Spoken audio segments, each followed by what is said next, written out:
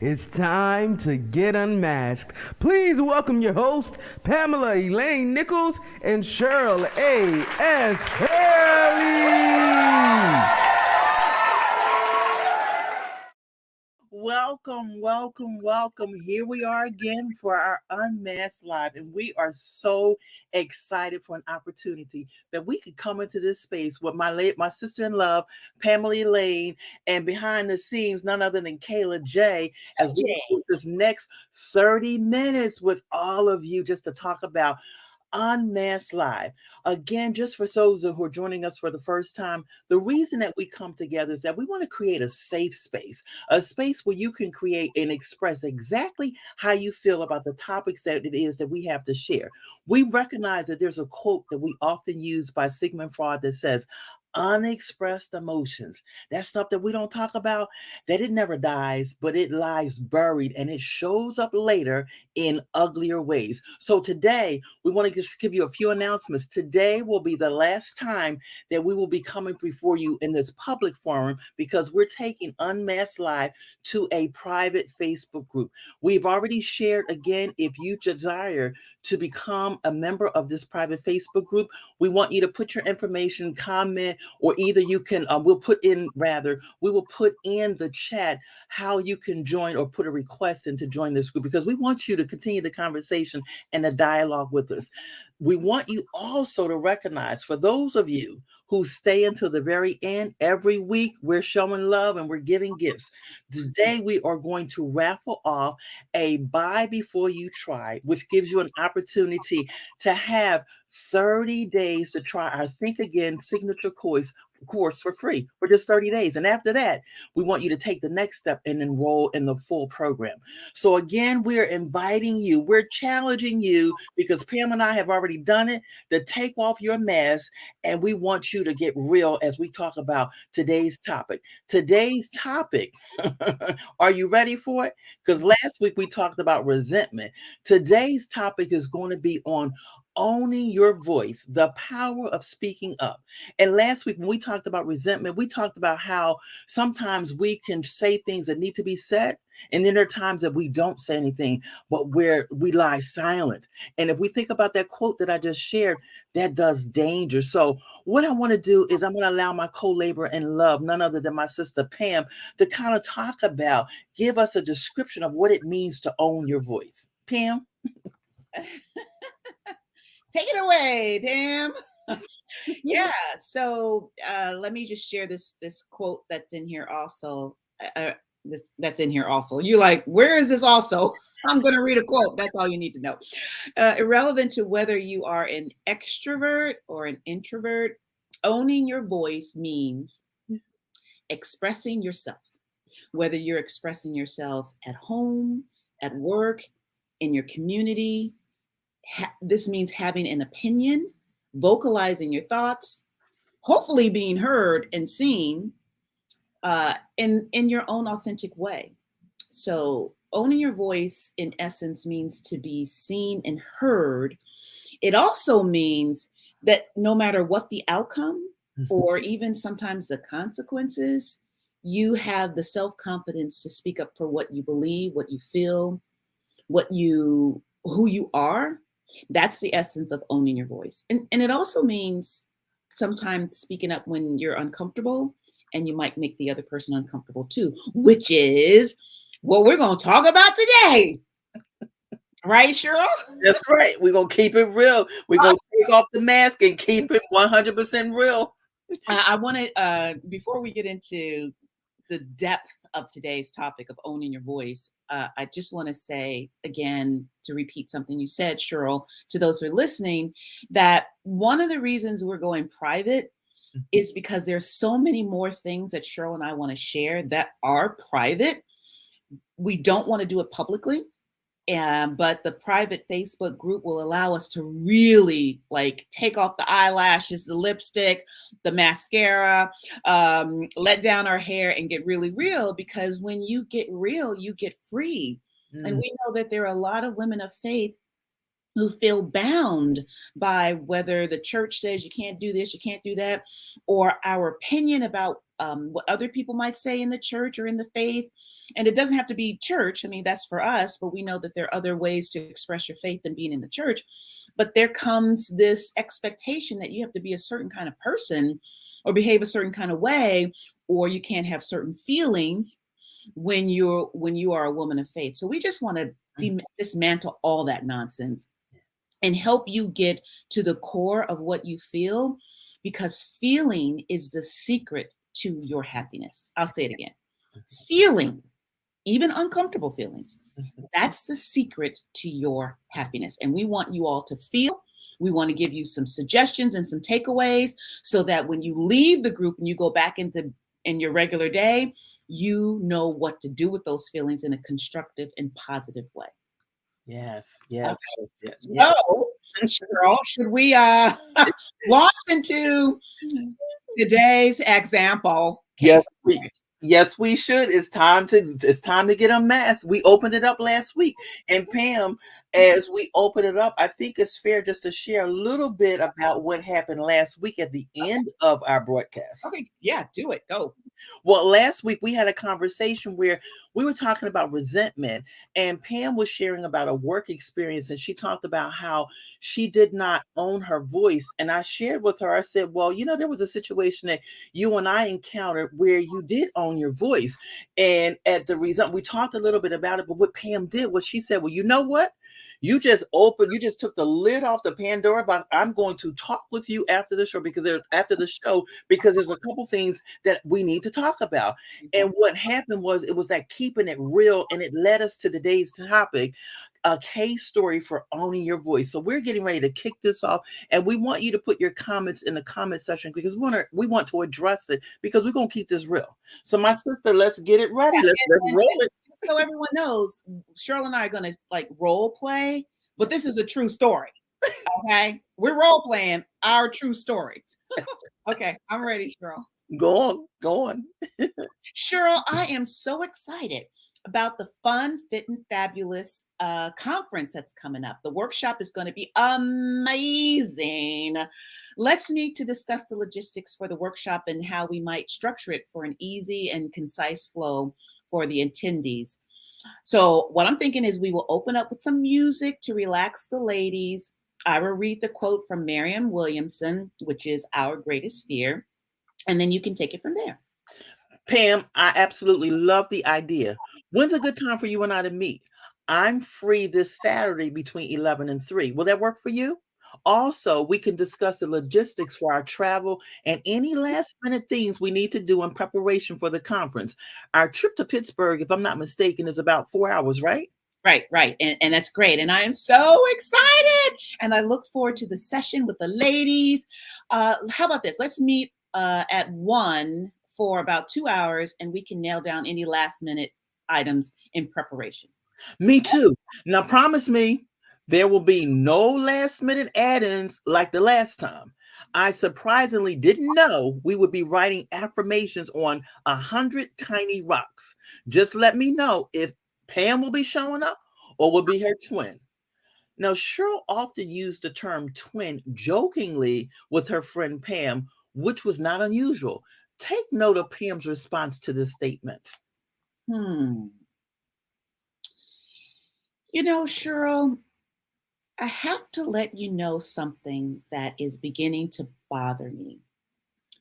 You have made frequent references to whether I or my twin is showing up. And I must be real with you. And I must say, I really don't like it. Quite frankly, I find it a little offensive. Pam, oh my goodness. I apologize, as I've often said this and never realized that it was offensive to you. I hope you know that there was no harm, my sister. By all means, I will refrain from saying this as I value our friendship and I truly appreciate your being honest and owning your voice. It means a lot. If we pause to give attention to this, imagine how the inability to speak up could have destroyed our relationship. Woo! Still have churns in my stomach on that real story. Okay, so that I want those listening to understand that I had tolerated Mhm. this comment of Cheryl's for a while because I wasn't sure, A, was I being like super sensitive, like grow up, little girl, Mhm. or if I said something, would she be upset with me and then not want to talk to me? And then I didn't say anything for a while because I wasn't sure how to say it. So those three things interchanged themselves so that time went on and I didn't say anything. Now, just as a bit of more context, Mhm. I am a Gemini. Okay, that's my zodiac sign for whoever believes in that stuff or not. But in the Gemini is the twin. So there are times where I could be woo super creative and last minute let's change this, and then there are times I'm extremely structured, very thoughtful, extremely analytical. And Cheryl was in this betwixt, okay, we're going to do 100 rocks. She's just now telling me. And I'm like, there's my creative side. And so, and then there are times where she's with me and we're very structured and very logical. Let's get these things done. And so she's dealing with this duality. Mhm. So she just wanted to make sure before she before I surprise her with something else so creative at the last minute, she just want to know, like, okay, who am I dealing with today? And while I can't change that I was born with this duality, I know that sometimes it even bothers me. So I'm sometimes affected myself by it. And then I've had comments from other people that have been extremely negative. Like the way Cheryl said is nothing like the negative ways people that are very, very close to me, even closer than Cheryl, have said to me. So I'm a little sensitive to it. That's probably Mhm. what I say. So I'm just giving you that framework so that you understand, listeners, where this is coming from, so that when Cheryl and I talk about this and you think about your own situation, times in which you kept quiet when something was really bothering you and you really wanted to speak up, but you were either afraid or you didn't know how to, or you were felt like you were just being like a big fat baby about it. Those are the sort of things that we want to unfold for you so that you can speak your truth. Okay, was Yeah. that good enough contextual? It was excellent context. And the thing about it is that, I want to kind of speak to where I was coming from in terms of I said it so often and I said it so frequently that I never even thought anything about it. And one of the things that's so important is that she allowed me to be who I was and I allowed her to be who she was, because when she said she was a very creative person, guys, she is not lying. She is a very creative person. And because I'm somewhat of a type A person, I like to cross the T's and dot the I's. I need to know in preparation, mentally, emotionally, and otherwise, okay, what am I walking into? So I'm prepared for it. But again, what happens is that it's so important that we own our voice. And again, I just own my voice by I'm basically asking. But what she addressed, which I appreciated, was my choice of words. Like, Yeah, yeah, yeah, I yeah, appreciate your choice of words, yeah. that you were apologetic. Mm-hmm, What I also appreciated was the spirit of your words, mm-hmm, because I could feel that you weren't trying to be offensive to me, that you really were, in a way, teasing. Because I think you honor that I've got these two sides to me. I'm not one dimensional. I'm multidimensional, actually. And I think that's just a beautiful expression of how God creates all of us. There are multiple ways of us, sides to us. And so I really appreciated that. But there's sometimes there isn't that kind of exchange, right? So, for mm-hmm. example, there's some people who are actually commenting, and I think there's some comments. Let's see. Esther said, "I often keep quiet because I'm always trying to find the right way to say it." Yes, Esther. Mm-hmm. What I would offer to you, Esther, is one, to rehearse the way you say it. And if you start with I statements, Mm-hmm. you're safer in communicating than if you would say you. So, for example, if I said to Cheryl, "You're always offensive. You're always saying that which twin are you dealing with? And you don't even understand the multidimensionality of me, right? I could be like, you. That would have made Cheryl rightfully defensive. What I've learned and what the experts say is start with I. I feel that when this happens, dot, dot, dot, dot. So it's safer to own your feelings Yes. than to make somebody responsible for your feelings. Yes. If you really want to stand up for what is real for you, own what's real for you. Because the moment you step into blame land, you've got a big fat conflict. That's right. You got a big fat conflict. Okay, so let's see here. I love that. Okay, Esther, I love that too. Sometimes, Sharon says, sometimes I just want to prevent conflict. Oh, I know that's right. Let's take that one on, Cheryl. You know, I just want to prevent conflict. At what cost? oh. At what cost Yeah. are you preventing conflict? Yeah. What does it do to your soul when you, because you don't want to create conflict? Can I speak to that? Speak. What happens is that you might not be creating the hypothetical you for anybody out there that's listening, in addition to Sharon, because I've been there too, is what happens is like you might not create external conflict, but guess where the conflict is going on? It's internal.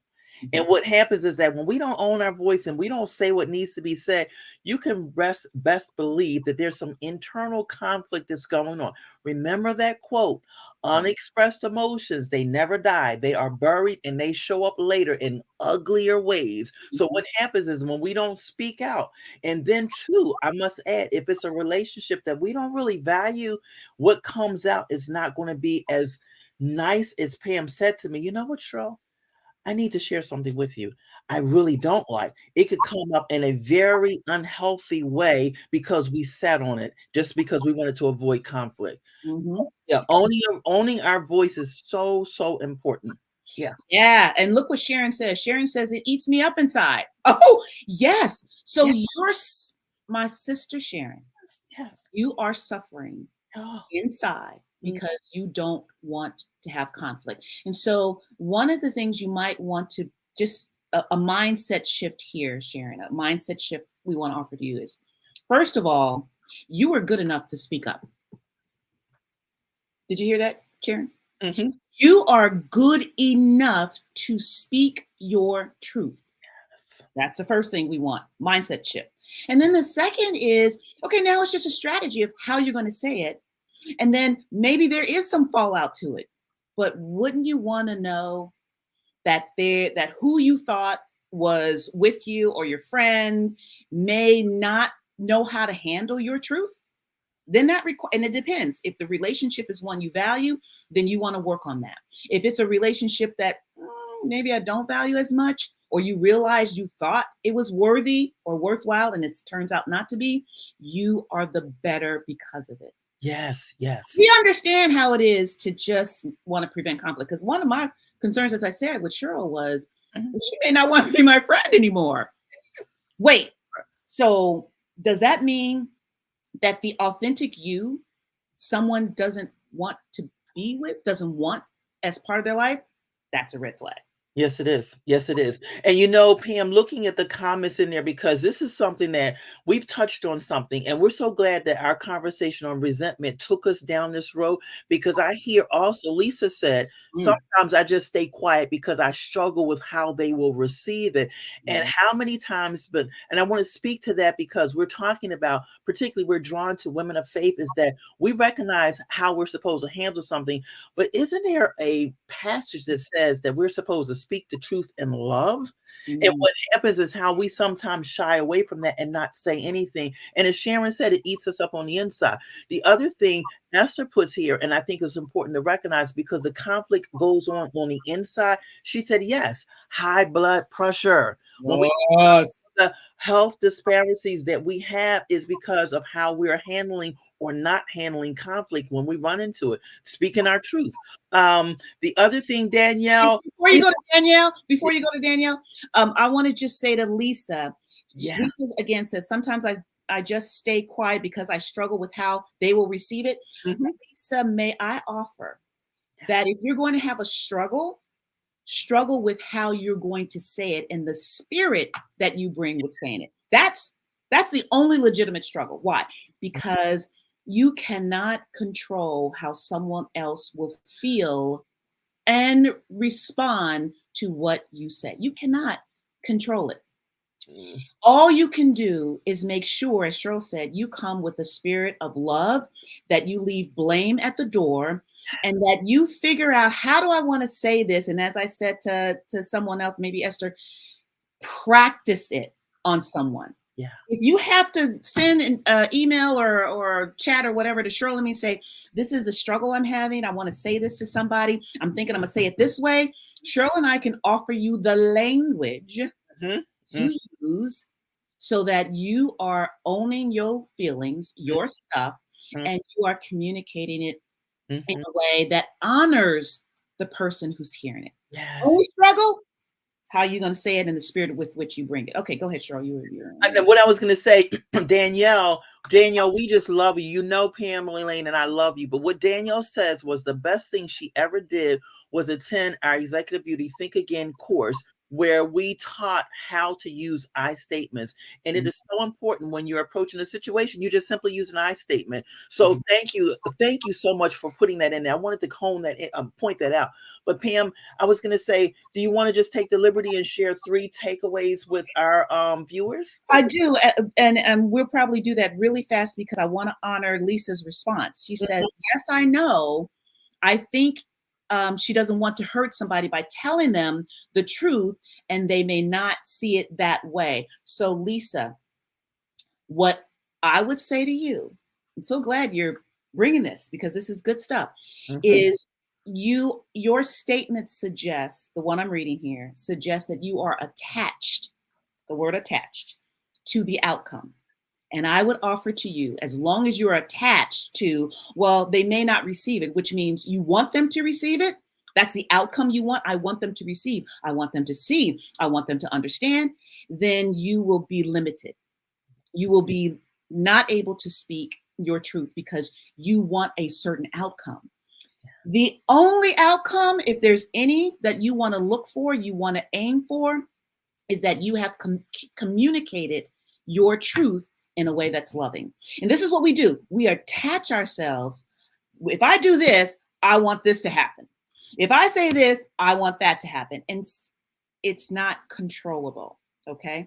So I want to go back to, please be attached to one thing, how you communicate and the spirit in which you communicate, no matter how someone else receives it. So if you come with the spirit of love and wanting to honor the listener, the person who hears it, you're good to go, no matter how they receive it. So that's a hard lesson, but I'm gonna tell you, to set you free.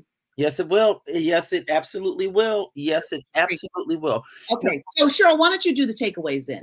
I'm going to do our 3 takeaways because this 30 minutes goes so fast, especially and today. We're just excited for the engaging conversation that we've had an opportunity to have. But the 3 takeaways in terms of owning your voice, the first one is, ask yourself, why aren't you speaking up? Ask yourself, why aren't you speaking? And recognize the value that you yourself have. Because last week, one of our giveaways, or the week before, was the You Are Enough box. And it has all these positive or healthy affirmations in it.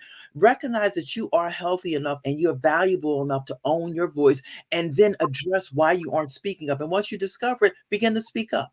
The second thing we want you to do is take those 90 seconds to pause and reflect. It is so important that in the moment you pause and reflect. Again, it's going to help you to respond to the first takeaway, which is to ask yourself a question. And then the second thing is to pause and reflect. The third and most important is learn that speaking up for yourself creates boundaries that others need to respect, but also there might be consequences. Recognize that it might not turn out the way that you so desire, but speaking up for yourself or creating those necessary boundaries. And when we have a life that does not have boundaries, then we're open for anything and everything. And what happens? People begin to step all over you. You feel as though people are taking advantage of you, but you have to stop and recognize, I didn't know my voice. When Pam said to me, Cheryl, I need to share something with you, she took a step and to set boundaries. And those boundaries, we're grateful that we still have a rich sisterhood to this day because of her willingness to own her voice. But we don't want to be selective about when we own our voice, but we want to own our voice every time an opportunity presents itself for us to do so. So those are three takeaways that we want you to hold fast to and hold on to them. And if I can Yeah. throw this last piece in, those who are listening, if you want to raise your self confidence, if you want to feel better about yourself, learn to speak up. No matter what the outcome is, learn to speak your truth. And we're not talking about you just want to walk in and be a bulldog in a china shop and just say whatever you want to say. We're not saying that. We're saying speak what's real for you. Even if you might be wrong or off about it, speak your truth. You will raise your self-confidence and feel so much better about yourself, and may just enrich a relationship. Yes. All right. So what's next, Cheryl? It's time for that raffle. I wish we had some background. We need to have some background. We have background music? Yeah. Oh, what?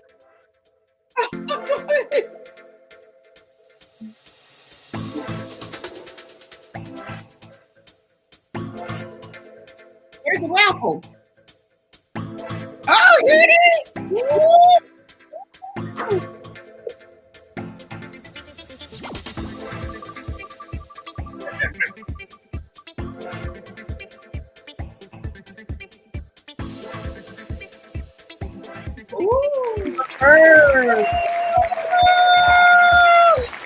Oh my goodness, Laverne. That's wonderful. Congratulations. Congratulations. So Laverne gets a 30-day trial of our amazing Think Again program. Think you aren't enough? Think you don't matter? Think Again, that our student who graduated, Danielle Bullock, talked about. It is a try before you buy. You can try it, and you then like it, you can buy it. But at least for 30 days, you will experience the richness that Danielle and many of our other students have experienced in this Think Again course, and how it's really changed their life. Oh my goodness, I see the time. Okay, congratulations, Laverne. Yay, Laverne. Woo! Email to us, please, so we can make sure we connect you with getting the course. Yes. This has been so good. Oh my gosh, we can't wait. We want to make sure some of you have already responded, but please make sure you message us to join our Unmasked Live Real Talk, because next week we'll be in a private Facebook group. But thank you for joining us on today. Awesome. Been fun. Yes. Bye.